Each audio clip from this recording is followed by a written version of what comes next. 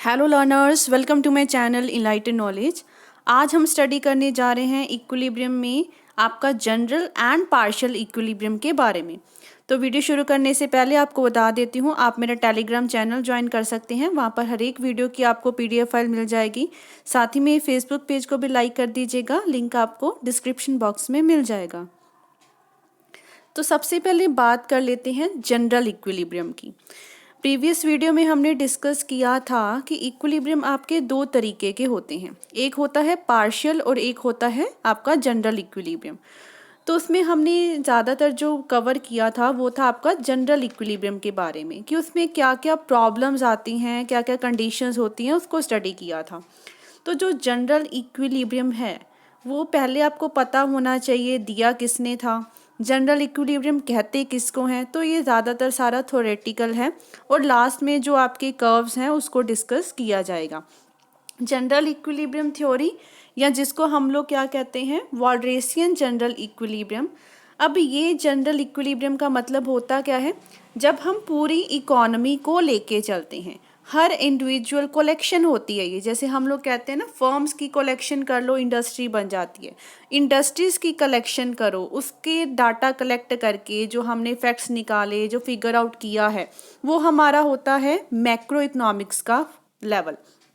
तो जब हम एक्सप्लेन करते हैं functioning of macro economy as a whole rather than as a collection of the individual market phenomena, बल्कि हम इसमें क्या करते हैं, पूरी की पूरी मैक्रो इकोनॉमी को ही पढ़ते हैं, ना कि जस्ट ये कह दिया जाए कि हम कुछ मार्केट्स को ही पढ़ते हैं। तो जो थ्योरी है सबसे पहले किसने डेवलप की थी, it was developed by the French economist Leon Walras ने in the late 19th century. तो इसका मतलब ये पूरी की पूरी थ्योरी आपकी पार्शियल इक्विलिब्रियम थ्योरी के कॉन्ट्रास्ट की थ्योरी है, या फिर मार्शल, क्योंकि पार्शियल इक्विलिब्रियम किसने दिया था, अल्फ्रेड मार्शल ने दिया था। तो उसको कॉन्ट्रासाइज करती है, क्योंकि पार्शियल इक्विलिब्रियम में हम जस्ट क्या है, कुछ स्पेसिफिक मार्केट्स, कुछ सेक्टर्स के बारे में ही पढ़ते हैं। बेसिकली देखा जाए तो जो माइक्रो इकोनॉमिक्स है वो आपकी पार्शियल इक्विलिब्रियम को स्टडी करती है, और जो मैक्रो इकोनॉमिक्स है वो आपकी जो जनरल इक्विलिब्रियम है उसको स्टडी करती है। तो फर्स्ट पॉइंट देखो, इसमें जनरल इक्विलिब्रियम एनालाइज करती है economy as a whole rather than analyzing single markets like in the partial equilibrium analysis। हम पूरा पढ़ते हैं, ना कि जस्ट एक मार्केट को ही पढ़ते हैं। जनरल इक्विलिब्रियम हमें बताता है कि सप्लाई एंड डिमांड इंटरेक्ट करती है और कैसे हमारे इकोनॉमी में बैलेंस आ जाता है, मल्टीपल मार्केट्स इसमें वर्कआउट करती है। एक तरीके से हम कह सकते हैं ओनली एट अ वंस, कि किस तरीके से सारी मार्केट काम कर रही है, सप्लाई आपके डिमांड से इंटरेक्ट करती है और एक बैलेंस आ जाता है आपके इकोनॉमी में। The balance of competing levels of supply and demand in different markets ultimately create the price equilibrium. जब हम देखते हैं कि सप्लाई और डिमांड के मार्केट्स में, डिफरेंट मार्केट्स में बैलेंस आ चुका है, तो वहाँ पे आपका क्या मिलता है, प्राइस इक्विलिब्रियम आपको मिल जाता है। फ्रेंच इकोनॉमिस्ट जो लियोन वॉल्रस है, उन्होंने इसको इंट्रोड्यूस किया था और आगे इन्होंने ही इसको क्या है, डेवलप किया है in the late 19th century. तो वॉल्रस ने आपका जनरल इक्विलिब्रियम थ्योरी को डेवलप किया क्यों था, क्योंकि उसने बहुत सारे जो हमारे प्रॉब्लम्स आ रही थी पार्शियल इक्विलिब्रियम में, उसको क्या है, स्टडी करने के लिए, सॉल्व करने के लिए। तो ये इकोनॉमिक्स का बहुत ही डिबेटेड प्रॉब्लम है। Up to that point most economic analysis only demonstrated partial equilibrium, that is the price at which supply equals demand and market clear in the individual markets. अब ये बहुत ज़्यादा प्रॉब्लम क्रिएट होती है इस चीज़ को solve करने के लिए, डिबेटेबल क्वेश्चन है। तो बहुत सारे इकोनॉमिस्ट ने क्या है, जस्ट आपको पार्शियल इक्विलिब्रियम के बारे में ही बताया था, जिसमें डिमांड एंड सप्लाई एक दूसरे के बराबर हो जाती है। हम लोग वहाँ पे इंडिविजुअल मार्केट को ही स्टडी करते हैं, लेकिन ये बहुत मुश्किल था बता पाना कि सारी मार्केट्स को एक ही टाइम पे स्टडी करना और कैसे इसमें इक्विलिब्रियम आ जाता है। So that it was not yet shown that equilibrium could exist for all markets at the same time in the aggregate। So general equilibrium theory ने ट्राई किया और शो किया कि कैसे हम लोग वहाँ तक पहुँच सकते हैं लंबे टाइम ऑफ पीरियड में। It shows how and why all free markets tend toward the equilibrium in the long run. तो जो important factor was that markets didn't necessarily reach equilibrium, only that they tended toward it. कि आपका जो इसमें fact क्या निकल के आता है कि मार्केट आपकी इक्विलिब्रियम तक पहुंचनी ज़रूरी नहीं होती, हम उस तरफ उसको धकेल ज़रूर सकते हैं कि वो इक्विलिब्रियम तक पहुंच पाए, सभी की सभी markets at a once. So general equilibrium एक स्टडी है, एक्सटेंसिव स्टडी है, बहुत सारे इकोनॉमिक वेरिएबल्स की, सेवरल वेरिएबल्स की। हम इसमें इंटर रिलेशन पढ़ेंगे, इंटर डिपेंडेंस पढ़ेंगे कि एक तरीके से एक वेरिएबल अगर कुछ चेंज आता है ना तो उसका असर दूसरे वेरिएबल पर भी पड़ता है इकोनॉमी में। लेकिन जो पार्शियल इक्विलिब्रियम था ना वो इस चीज़ को स्टडी ही नहीं करता था। So everything depends on everything else is a fundamental characteristics है आपकी इस मॉडर्न इकोनॉमी की। इसका मतलब रजे क्या हुआ कि मॉडर्न इकोनॉमिस्ट मानते हैं कि हमारे इकोनॉमी में इंटरडिपेंडेंस होती है। इंटरडिपेंडेंस समझ में आया कि एक वेरिएबल दूसरे को बहुत ज़्यादा इफेक्ट करता है, उसमें कहीं ना कहीं डिपेंडेंसी है। तो इस फीचर की वजह से ही हमने क्या है जनरल इक्विलिब्रियम को हम लोग लेके आए, इसको हमने रिकॉग्नाइज किया है। एज अ रिजल्ट ये कंसीडर किया गया that the markets of commodity and all predictive factors are interrelated and thus the prices in all markets are simultaneously determined. तो वही चीज़ दोबारा लिखी गई है कि हम लोग क्या देखते हैं कि एक वेरिएबल दूसरे के साथ में इंटर रिलेट करता है, जिस वजह से हम लोग सारी मार्केट्स को साथ में लेके चलते हैं, उसका प्राइस डिटर्मिन करते हैं। इस तरीके से आपके जनरल थ्योरी पढ़ी जाती है, जनरल इक्विलिब्रियम पढ़ा जाता है। अब इसमें नीचे एग्जाम्पल दे रखी है, एग्जाम्पल देखो। Consumer demand for various good and services depend on their taste and income. आप लोग वही चीज़ खरीदोगे, वही चीज़ की डिमांड करोगे ना, वो किस पे डिपेंड करता है, आपकी प्रेफरेंस कैसी है, टेस्ट कैसा है, आपके पास आमदन कितनी है। और कंज्यूमर की जो इनकम है वो किस पे डिपेंड करती है, वो डिपेंड करती है कि मार्केट में किसकी डिमांड है, किस चीज़ की सप्लाई हो रही है, इनपुट्स कैसे यूज़ हो रहे हैं। सो जो डिमांड है for factor inputs by firm depends not only on the state of technology but also on the demand for final goods they produce. अब जो लोग डिमांड कर रहे हैं इनपुट्स, वो सिर्फ इस पे निर्भर नहीं करता कि आप टेक्निक कौन सी यूज़ कर रहे हो, वो इस पे भी निर्भर करता है कि फाइनल गुड्स की मार्केट में डिमांड कितनी है। इससे हमें समझ में क्या आ रहा है रजी, इससे समझ में आ रहा है एक चीज़ दूसरे से कितनी ज़्यादा रिलेट कर रही है। तो जो डिमांड है उन गुड्स की वो किस पे डिपेंड करती है, कंज्यूमर की इनकम पे। फिर इनकम किस पे डिपेंड करती है कि आप लोग फैक्टर हो प्रोडक्शन की कितनी डिमांड कर रहे हो। तो अगर हमने एक वेरिएबल को भी थोड़ा सा चेंज किया ना तो सारी की सारी मार्केट्स में उसका इफेक्ट पड़ेगा, पूरी ओरिजिनल मार्केट में देखने को मिलेगा। So the disturbance in one market affects the entire economic system and the general equilibrium analysis concern itself with the changes caused in the whole economy. बस लास्ट में ये हमें पता लग गया कि ये सारी चीज़ें एक दूसरे से डिपेंडेंट हैं और हमें जनरल इक्विलिब्रियम एनालिसिस क्यों पढ़ा जाता है, क्योंकि होल इकोनॉमी में इस चीज़ का क्या असर पड़ रहा है ये सिर्फ आपको जनरल इक्विलिब्रियम एनालिसिस से ही पता लग सकता है। So here any change in one market affect other markets like the spill over effect and is affected by other markets called the feedback effect. इसका मतलब ये है एक मार्केट दूसरे को इफेक्ट कैसे कर रही है उसको हम लोग क्या कहते हैं, स्पिल ओवर इफेक्ट। और बाकी सारी मार्केट्स पे इसका क्या इफेक्ट पड़ रहा है उसको हम कहते हैं फीडबैक इफेक्ट। यूज़ क्या है अब जनरल इक्विलिब्रियम एनालिसिस का, सबसे पहली चीज़ it ensures room for examining and analysing the economic system as a whole. वही चीज़ है, एज अ होल पढ़ता है, एनालाइज करता है, एग्जामिन करता है।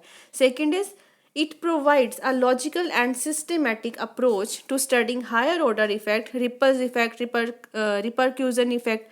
अब इसका मतलब क्या होता है, रिपल्स इफेक्ट क्या होता है, जब हम कोई स्टोन फेंकते होते हैं पॉन्ड में, सी में, तो उसके कुछ आगे घेरे बन जाते हैं ना, स्टोन फेंका इसके आगे कुछ घेरे बन जाते हैं, that is called the ripple effect.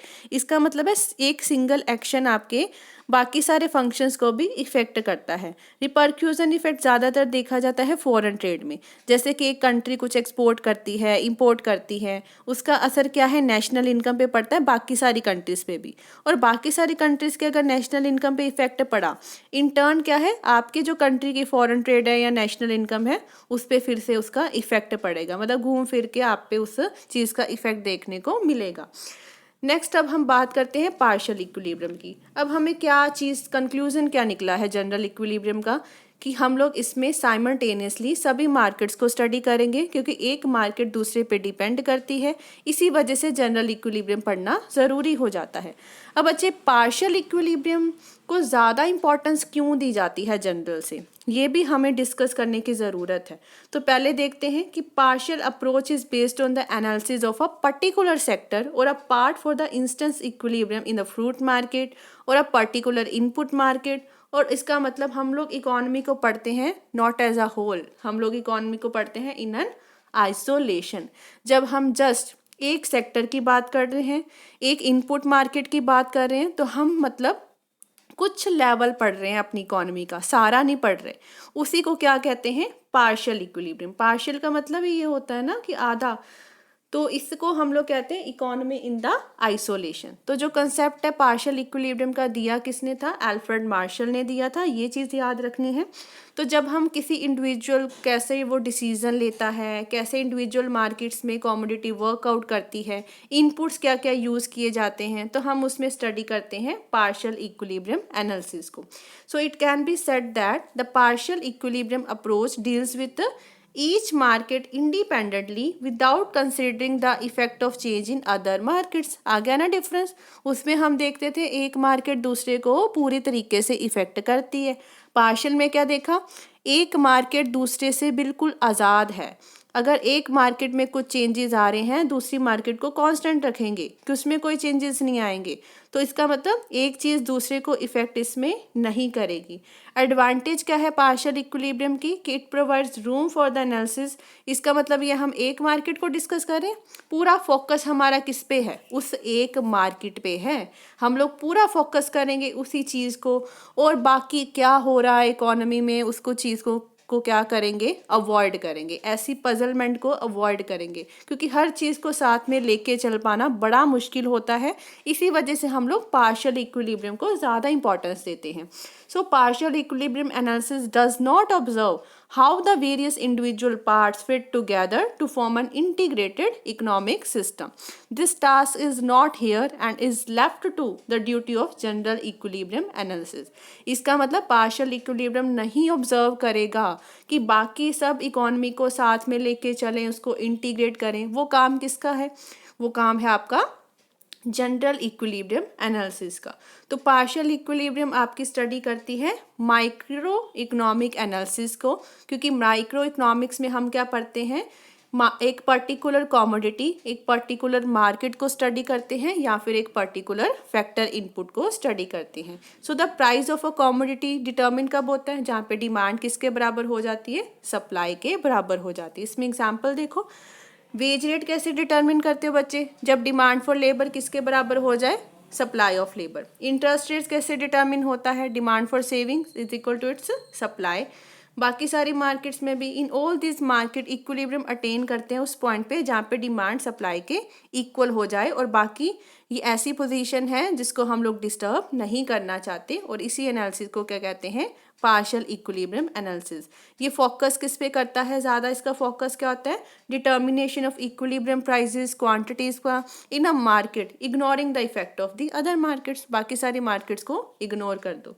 कुछ ऑप्शंस इसमें ली जाती है इसको स्टडी करने के लिए। पहली देखो, कमोडिटी प्राइस दिया होगा और कांस्टेंट रहेगा कंज्यूमर्स के लिए, कंज्यूमर का टेस्ट हैबिट्स, ये सारी ऑप्शन हमने पढ़ी हुई है, सब माइक्रो इकोनॉमिक्स में आती है। टेस्ट हैबिट इनकम क्या रहेगा, कांस्टेंट रहेगा। prices of prolific resource of a commodity and that of a other related good are to be constant। इसका मतलब ये है कि ऐसी चीज़ें जो प्रोडक्टिव है रिसोर्सेज इकोनॉमी में, या सब्सटीट्यूट गुड्स भी ले लेते हैं, अदर रिलेटेड गुड्स हैं, उनको भी क्या लेंगे, कांस्टेंट।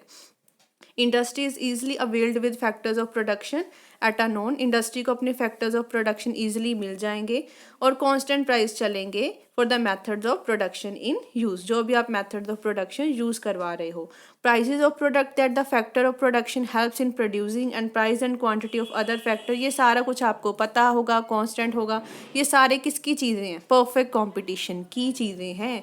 और लास्ट पॉइंट क्या है, परफेक्ट मोबिलिटी होगी फैक्टर्स में बिटवीन ऑक्यूपेशन एंड प्राइजेस, मतलब इधर से उधर आप लोग सामान को आसानी से लेके जा सकते हो, बिल्कुल उसमें परफेक्ट मोबिलिटी होगी, भले वो लेबर है भले वो कोई इनपुट या कैपिटल है। सो अबव मेंशन पॉइंट्स आपके ज़्यादातर किससे रिलेट करते हैं, परफेक्टली कॉम्पिटिटिव मार्केट के, लेकिन उन्होंने ये भी बताया है कि अगर ज़रूरत पड़ी तो हम इसको एक्सटेंड कर सकते हैं, ओलिगोपोली, मोनोपोलिस्टिक में, मोनोपोली में, ठीक है, अलग अलग मार्केट्स में एक्सटेंड कर सकते हैं। कैरेक्टरिस्टिक्स देखो बच्चे पार्शियल इक्विलिब्रियम अप्रोच की, तो हमने ये ऊपर क्या किया है, इंटरेक्शन देखते हैं हम लोग डिमांड एंड सप्लाई कर्व की। इसमें जो फर्स्ट पॉइंट है वो है आपका कि it studies the behaviour of economic participants in partial equilibrium analysis. जो बिहेवियर है इंडिविजुअल डिसीजन मेकिंग का, उसको स्टडी किया जाता है, सेपरेट कर दिया जाता है, मतलब एक इंडिविजुअल को बाकी सारी मार्केट से ये एग्जामिन करता है कि इंडिविजुअल अपनी सेटिस्फेक्शन कैसे गेन करेगा, ठीक है, इनकम वगैरह, टेस्ट, हैबिट, सब कुछ हम लोग क्या रहते हैं कांस्टेंट लेते हैं। फर्म अपना कैसे मिनिमाइज करे, जो खर्चा है, कॉस्ट ऑफ प्रोडक्शन को कैसे कम से कम करे, वो अपने प्रॉफिट्स को कैसे मैक्सिमाइज करे, जो प्राइजेस हैं या एम्प्लॉयमेंट है, बाकी सारे इनपुट्स की वो कैसे डिटर्मिन करनी है। तो ये सारे माइक्रो इकोनॉमिक्स के कंसेप्ट हैं, एक इंडिविजुअल पॉइंट ऑफ व्यू से डिस्कस करते हैं। नो अकाउंट ऑफ इंटरकनेक्शंस, ये हमने वैसे पढ़ ही लिया है कि पार्शियल इक्विलिब्रियम एनालिसिस क्या है, इंटरकनेक्शंस को नहीं स्टडी करता है। हम लोग ये नहीं देखते कि एक चीज़ का दूसरे पे इफेक्ट क्या हो रहा है। These interconnections are left under the broad assumption of ceteris paribus. ये देखो कैटरिस पैरिबस का मतलब क्या था, ऑल थिंग्स रिमेनिंग कांस्टेंट या सेम। हम लोग यही अजम्पशन बार बार यूज़ करते हैं, हम यही कहते हैं कि बाकी सारी चीज़ों को कांस्टेंट रखा जाएगा, हम जो स्टडी कर रहे हैं उसी को स्टडी करेंगे, एक बेसिक कंसेप्ट है। Other words, partial equilibrium analysis study करता है यूटिलिटी को या प्रॉफिट मैक्सिमाइजिंग बिहेवियर को, डिसीजंस को, हर सेक्टर में but separately, as if they were independent of the other sector, मतलब अदर सेगमेंट से पूरे वो लोग आज़ाद हैं। तो एक बिजनेस के लिए वो देखेंगे प्रॉफिट मैक्सिमाइजिंग, देखेंगे कि वो देखेंगे जस्ट वन मार्केट में, ठीक है, on the base of ceteris paribus assumption. Third one is relationship with other markets are ignored, ये हमने कर ही चुके हैं, बाकी सारे मार्केट से रिलेशनशिप इग्नोर कर दी जाती है। अब बच्चे पार्शियल इक्विलिब्रियम आपका होता कैसे है, ये कर्व हमने बार बार अब डिस्कस कर रखी है, जहाँ पे डिमांड आपकी सप्लाई के क्या हो जाती है, बराबर हो जाती है, वही हमारा पार्शियल इक्विलिब्रियम को शो करवाता है। ये डिमांड कर्व है, ये आपकी सप्लाई कर्व होगी, यहाँ पे क्वांटिटी और यहाँ पे आपका प्राइस हो जाता है, ये आपका इक्विलिब्रियम पॉइंट हो गया। तो अब देखो, once we obtain supply and demand curve for perfectly competitive market, we can put them together to examine a model of market. एक तरीके से जब हमें supply and demand curve perfectly competitive market में मिल गई, उसको जोड़ देते हैं और हम लोग मार्केट का मॉडल बना देते हैं। Equilibrium is attained in the market. अब देखो, the price rise if there is excess demand, price को बढ़ाना पड़ जाता है अगर डिमांड क्या हो, एक्सेस में हो। यही चीज़ हम करते हैं ना, demand is greater than supply, price क्या हो जाता है, बढ़ जाता है, ठीक है। Supply is greater than demand, price क्या हो जाता है, कम हो जाता है। मतलब हम कहीं ना कहीं ऊपर हो या नीचे हो, आखिरकार क्या है, ई पॉइंट, अपने इक्विलिब्रियम पॉइंट तक पहुंच ही जाते हैं। So we can then examine how equilibrium is affected by changes of various kinds including change in the government policies. तो हम लोग देखते हैं कैसे इक्विलिब्रियम अफेक्ट करता है, बाकी सारी चीज़ों को भी, गवर्नमेंट की पॉलिसीज भी इफेक्टेड होती है इसमें। Behind the supply and demand curve is the behaviour of producer and consumer, कि डिमांड एंड सप्लाई को देखते हुए ये भी देखो कि प्रोड्यूसर एंड कंज्यूमर का बिहेवियर क्या है। Note how we now have a fuller understanding, अब हमें ये पता इसमें लग गया है कि चेंजेस हमारे गुड्स में, टेस्ट में, टेक्नोलॉजी में आते ही रहते हैं। अब बच्चे यहाँ पे हम एक तरीके के कंक्लूजन पे पहुँच रहे हैं कि पार्शियल इक्विलिब्रियम हमें जस्ट क्या है, आधा अधूरा इक्विलिब्रियम बताता है, लेकिन इकोनॉमी में क्या है, चेंजेस आते जा रहे हैं। So the model of partial show equilibrium in just one market, और बाकी सारी चीज़ें क्या है, गिवन होती है, कांस्टेंट होती है। So equilibrium in economy as a whole requires equilibrium in all markets. हमें पता है पूरी इकोनॉमी को पढ़ना है तो आपकी हर मार्केट में इक्विलिब्रियम अटेन करना ज़रूरी हो जाता है। अदरवाइज अगर कुछ प्राइस चेंजेस होते हैं तो वो सारी बाकी मार्केट्स को भी इफ़ेक्ट करेंगे। अब देखो, change in price of substitute, complements या इनपुट प्राइस है, प्रोडक्शन में कुछ चेंज आया, किसी की इनकम प्रॉफिट इनकम में चेंज आया, तो ये सारी चीज़ें तो आएंगी ही आएंगी ना, ये अफेक्ट करेंगी किसी की इनकम को, किसी के प्रॉफिट को, किसी कंज्यूमर की इनकम को। इसी वजह से देखो, this market is somewhat misleading to examine equilibrium in only one market, so we consider general equilibrium. General equilibrium मतलब equilibrium in all markets at the same time, taking consideration into the account of interdependence of market. तो हम इसी वजह से, यही कारण है कि पार्शियल इक्विलिब्रियम को इग्नोर किया गया, क्रिटिसाइज किया गया, और हमने देखा कि नहीं, ऐसा हो नहीं सकता, क्योंकि हर चीज़ एक दूसरे पे डिपेंड करती है, जिस वजह से हमें जनरल इक्विलिब्रियम पढ़ना पड़ेगा। तो अब देखो, तो हम लोग एक सिंपल डायग्राम से समझा देते हैं कि जनरल इक्विलिब्रियम क्या होता है, कैसे इसको अटेन करना है। तो सिंपल जनरल इक्विलिब्रियम मॉडल की बात करते हैं, जिसमें क्या दिया गया है, एक इनपुट होगा जो हमने लिया है लेबर को, और दो गुड्स होंगी, ठीक है, a good and be good. Requirement देख लो, फुल एम्प्लॉयमेंट होगी रिसोर्सेज की, दोनों सेक्टर में इक्वल वेजेस मिलेंगी। प्रॉफिट मैक्सिमाइजेशन क्या होगी, प्रोड्यूसर्स में। यूटिलिटी मैक्सिमाइजेशन किस में होगी, कंज्यूमर्स में। क्वांटिटी सप्लाइड किसके बराबर होनी चाहिए, क्वांटिटी डिमांडेड के, फॉर द बोथ गुड्स। और प्रोडक्शन एंड कंजप्शन दोनों क्या है, एक ही पॉइंट पे होनी चाहिए। ये इसका मेन पॉइंट है कि दोनों एक पॉइंट पे होनी चाहिए। अब इसकी कर्व डिस्कस कर लेते हैं। अब इसमें जो आपने मैक्रो के कुछ टॉपिक्स पढ़े होंगे, उसी चीज़ को लेके चलेंगे, ठीक है। तो पहले हम लोग बना लेते हैं, एक्स एक्सिस पे हमारी क्या है, ए गुड की क्वांटिटी है, और बी पे हमारा है, सॉरी, वाई एक्सिस पे हमारा है बी गुड की क्वांटिटी। ये हमने क्या बनाया है, प्रोडक्शन पॉसिबिलिटी कर्व, जो हम लोग माइक्रो इकोनॉमिक्स में बनाते थे ना, जिसको कहते थे प्रोडक्शन पॉसिबिलिटी फ्रंटियर। अब यहाँ पे जो हमारी बनेगी क्या, कंज्यूमर से रिलेटेड। अब बच्चे ये किससे रिलेटेड है, प्रोडक्शन से, ठीक है ना, ये प्रोडक्शन से रिलेटेड है। कंज्यूमर से रिलेटेड क्या होती थी आपकी, आईसी कर्व, तो वो बनानी ज़रूरी है। ये आ गया हमारा इक्विलिब्रियम। एक इससे टेंजेंट ड्रॉ करवाएंगे हम लोग, ये रहा, ठीक है। टेंजेंट ड्रॉ करवाने का मकसद क्या होता है, जो स्लोप दिखाता है, प्राइस की रेशियो बताता है ना, कि कैसे हम लोग बजट में रह के ये सारी चीज़ों को अटेन कर पाते हैं। अब दैट मीन्स हमें इक्विलिब्रियम पॉइंट ये मिल गया हमारा। यहाँ पे हम लोग क्वांटिटी ए गुड की इतनी ले रहे हैं, क्वांटिटी बी गुड की इतनी ले रहे हैं। ये क्या है बच्चे, इक्विलिब्रियम क्वांटिटीज, ठीक है, जहाँ पे हमारी क्वांटिटीज किस में होगी, इक्विलिब्रियम पॉइंट पे अटेन कर लेगी। तो इक्विलिब्रियम क्वांटिटीज आपकी ये हो चुकी है, और ई हमारा क्या हो जाएगा, इक्विलिब्रियम पॉइंट। तो इसका मतलब ये प्रोडक्शन एंड कंजप्शन दोनों एक ही पॉइंट पे हो रहे हैं। ये आपका स्लोप हो गया, बस यहाँ पे हमें क्या मिल जाता है, इक्विलिब्रियम पॉइंट मिल जाता है। लेकिन सेकंड कंडीशन भी तो हो सकती है ना। सेकंड कंडीशन क्या हो सकती है, एक्सेस डिमांड एंड सप्लाई की कंडीशन, जहाँ पे हमारा इक्विलिब्रियम अटेन नहीं हो पा रहा है, जहाँ पे कभी आपकी डिमांड बढ़ गई और कभी आपकी सप्लाई बढ़ गई। तो when the economy is not in equilibrium, उसमें क्या होगा कि कुछ ऐसी चीज़ होगी जो सेटिस्फाइड नहीं हो पा रही है। Here quantity supplied not equal to quantity demanded, बाकी सारे भले कंडीशन सेटिस्फाई हो जाए, तो कभी ना कभी इकोनॉमी क्या है, एक्सेस सप्लाई होगी, एक्सेस डिमांड हो सकती है। जो हम लोग कर्व बनाएंगे अब उसको समझ लेते हैं। इसमें ये हमारी कर्व बन गई। वैसे सेम लेना है, क्वांटिटी ए की नीचे लेनी है, क्वांटिटी बी की आपको वाई एक्सिस पे लेनी है। ये हमारी क्या बनी, प्रोडक्शन पॉसिबिलिटी फ्रंटियर बन गया, सॉरी, ठीक है। अब क्या होने वाला है कि अब हम एक ही पॉइंट पे प्रोडक्शन एंड कंजप्शन नहीं हो पा रही है, इसका मतलब डिफरेंट डिफरेंट पॉइंट्स हमें अटेन हो सकते हैं इकोनॉमी में। तो जिस वजह से आपकी जो आईसी कर्व है वो थोड़ी ऊपर की तरफ ड्रॉ होगी। तो हम लोग टेंजेंट पहले बना लेते हैं इसमें, कि आपका टेंजेंट बन रहा है इस पॉइंट से,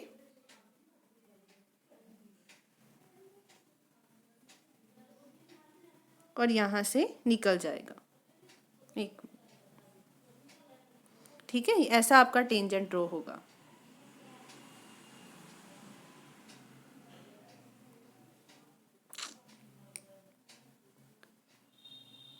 ये आपका टेंजेंट ड्रॉ हो जाएगा। इसका मतलब हम यहाँ पे क्या करवा रहे हैं, प्रोडक्शन, क्योंकि ये हमारी प्रोडक्शन पॉसिबिलिटी कर्व है, तो यहाँ पे हमारी क्या हो रही है, प्रोडक्शन।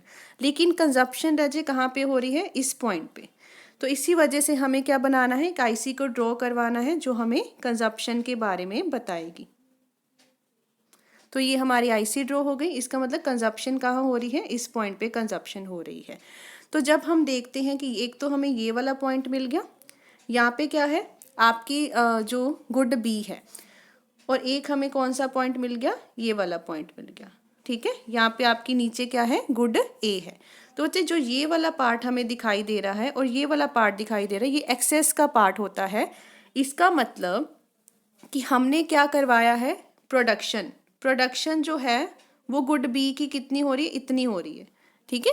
और आपकी जो गुड बी की जो गुड ए की डिमांड है या फिर कंजप्शन है वो ज़्यादा हो रही है। इसका मतलब जो ये चीज़ है ये क्या है, excess demand of good A, और ये चीज़ क्या है, excess supply of good B. बस ये है, क्योंकि प्रोडक्शन गुड बी की क्या करवा दी, ज़्यादा करवा रहे हो ना, ये देखो। और कंजप्शन लोग खरीदना क्या चाहते हैं, डिमांड किसकी कर रहे हैं, गुड ए की।